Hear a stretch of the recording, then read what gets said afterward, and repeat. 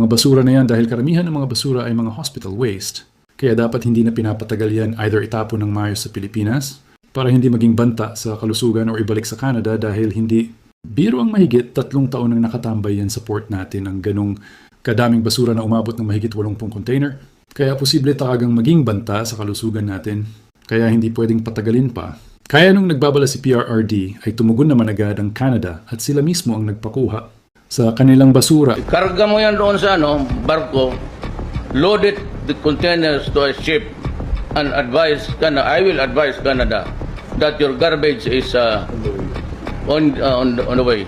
Prepare a grand reception. Eat it if you want to.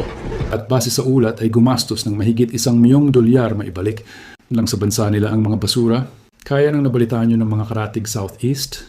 Asian nation natin ay pati sila ay umalma na din sa ginagawa ng mga malalaking bansa dahil sila din mismo